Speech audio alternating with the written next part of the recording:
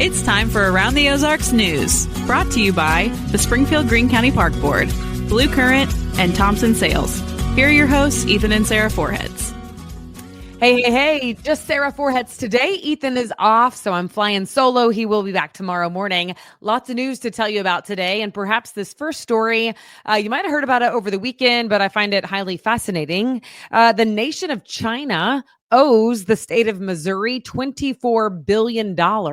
Missouri's attorney general sued China for, quote, unleashing COVID-19 on the world. Now, China refused to appear in court in the case, but Missouri's AG, Andrew Bailey, says that doesn't mean they get away with causing suffering and economic devastation. He says if China doesn't pay, Missouri can begin to seize farmland in the state that is owned by the Chinese. Very interesting. I'm sure we'll be learning much more about that as the day progresses. Springfield's former city manager is taking the same job in a suburb of Nashville.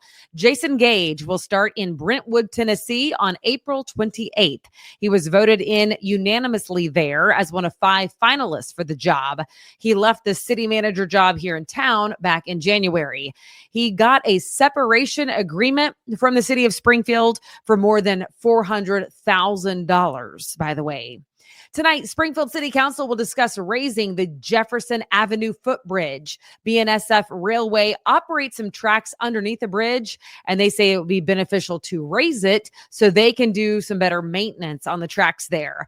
BNSF is willing to contribute $2 million toward the project. City Council, though, doesn't know if that's going to happen yet. It'll be discussed tonight. That footbridge has been closed for almost a decade due to disrepair. Kansas City Chiefs wide receiver Xavier Worthy will not be charged with assault in a domestic dispute. The 21-year-old was, though, taken to jail in Texas over the weekend, accused of impeding the breathing of a woman who was in his house. After talking with witnesses, authorities say they will not move forward with charges. Worthy's attorney sent out a statement that made it sound like the woman was the aggressor, saying that Worthy had tried for 2 weeks to get her out of his house. She destroyed a room and attacked him, scratching his face and ripping out his hair. Now, that according to his attorney. The Chiefs are investigating the incident on their own. Missouri State University is getting a distinction as a research college and university. That's cool. The new designation comes from the Carnegie Foundation for the Advancement of Teaching. Now, this new classification is still not what's considered a Research 1 or 2 level university, but still, nonetheless, it's a high distinction as they have spent more than $2.5 million on research each year. If Drury has been instrumental in your life, now is the time to give. That according to the university for their future success.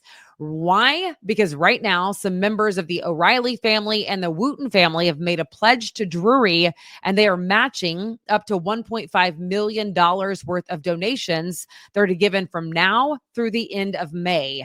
That money will help with scholarships, academic programs, and facilities. All right, we are now on daylight saving time. Track with me. This is kind of a long story, but that's because it's going to be interesting for you. Okay, so we're on DST right now, as you know, as of yesterday. State lawmakers say this could be permanent. Missouri Senator Joe Nicola proposed a bill making daylight saving time the new standard time in the state. Now, I know what you're thinking. You've heard this before, and it never goes anywhere. Yes, it has come up many times over the years. So we'll see what happens because under the Uniform Time Act of 1966, states can exempt themselves from daylight saving time by observing permanent standard time year round. But they cannot observe permanent daylight saving time all year. That's interesting. That's why, I don't know, maybe the courts muddle through this. I'm not sure. We're certainly going to learn more as this is always a hot topic during this week of the year. So nonetheless, here we are. We do know that Arizona and Hawaii, they do not observe daylight saving time, nor do 5 U.S. territories, by the way. States also cannot independently change time zones or the length of daylight saving time, which is determined by the federal government. So the bill is there. The legislation has been drawn, But again, we are still, I think, subject to the Uniform Time Act of 1966. All right, I'll keep you posted because I'm interested also. So we'll see where this goes.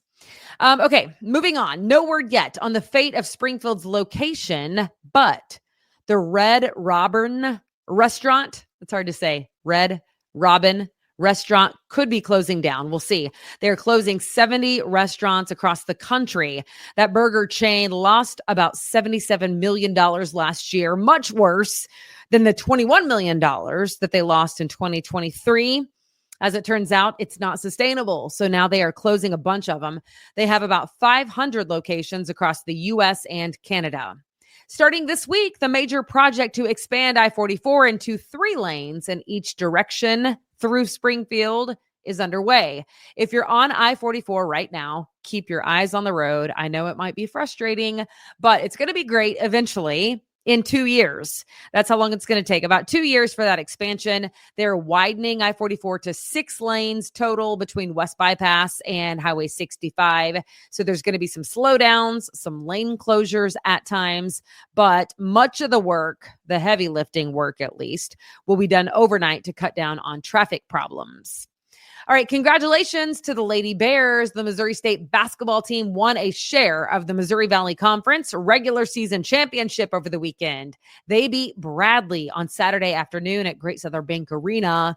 They will share the title with Murray State. So that is interesting. The Lady Bears play in their final Missouri Valley Conference tournament Friday night in Evansville, Indiana. Next year, as you know, Missouri State moves to Conference USA. The Chiefs re-signed linebacker Nick Bolton just days before he was set to become a free agent. The 24-year-old signed a 3-year deal worth $45 million. Yep, 24 years old, $45 million. The Chiefs drafted Bolton in the second round of the 2021 draft. He played college football at Mizzou. So, homeboy. Congratulations again to Kunal Patel. He is a 7th grader in Branson, and he just won another go at the Scripps National Spelling Bee for the second time in a row. That's because he did so well locally and regionally. All the lesser competitions moves him up to the national competition. That will be happening in D.C. at the end of May. Mr. Patel, 7th grader there in Branson. How cool is that? Congratulations and good luck. All right, that's all we got today. Ethan will be back tomorrow. Thanks for joining us. I hope you had a fantastic weekend. How about that weather? I think some students are on spring break this week, and the weather is going to be pleasant. It is pleasant for you. So good timing on that. All right, happy Monday. I hope to see you right back here tomorrow morning. Thank you for tuning in. Bye-bye.